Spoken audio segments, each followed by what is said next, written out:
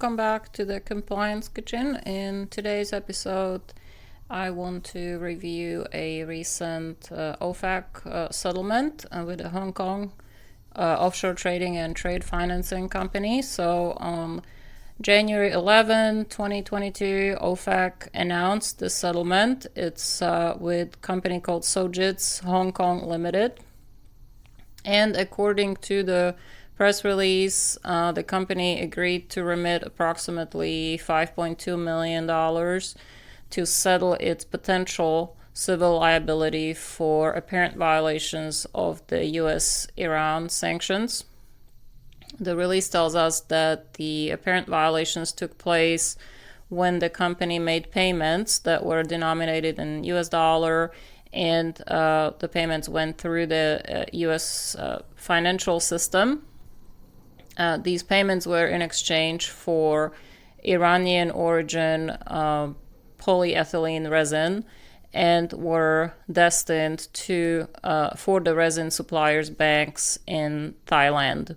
So according to the enforcement release, certain Sojitz HK, which is the company, employees were acting contrary to their company policies and procedures, and these non-compliant employees caused Sojitz to purchase approximately 64,000 tons of Iranian origin polyethylene resin from a supplier in Thailand for resale to buyers in China.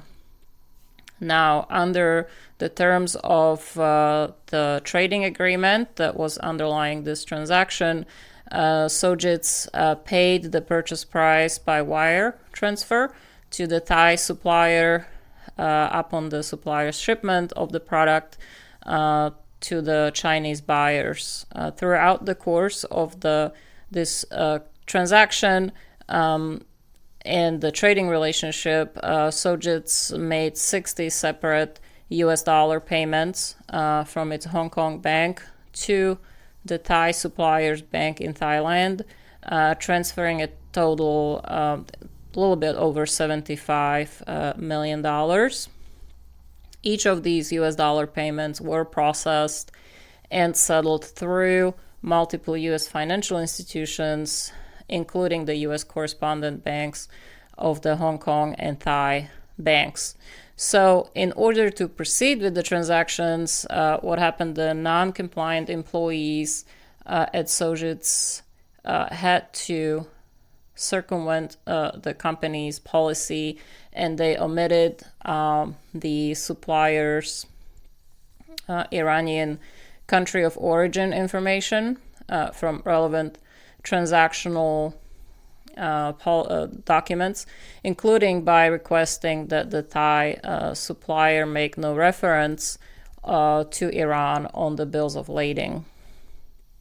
Also, during the Sojitz internal business approval processes, the non-compliant employees concealed the resin's country of origin from the company's senior management and compliance personnel by stating that the resin, the product, was produced by the supplier in Thailand.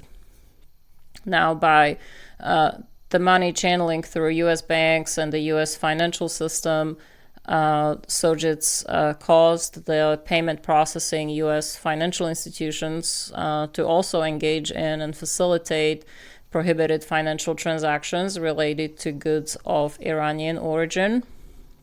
Sojitz did voluntarily self-disclose the apparent violations, and OFAC determined them to be non-egregious. The company cooperated with OFAC's investigations and took remedial steps to prevent future violations. So, if you guys want to take a look at the enforcement release and also the settlement announcement for more detail, I have links as usual on compliancekitchen.com.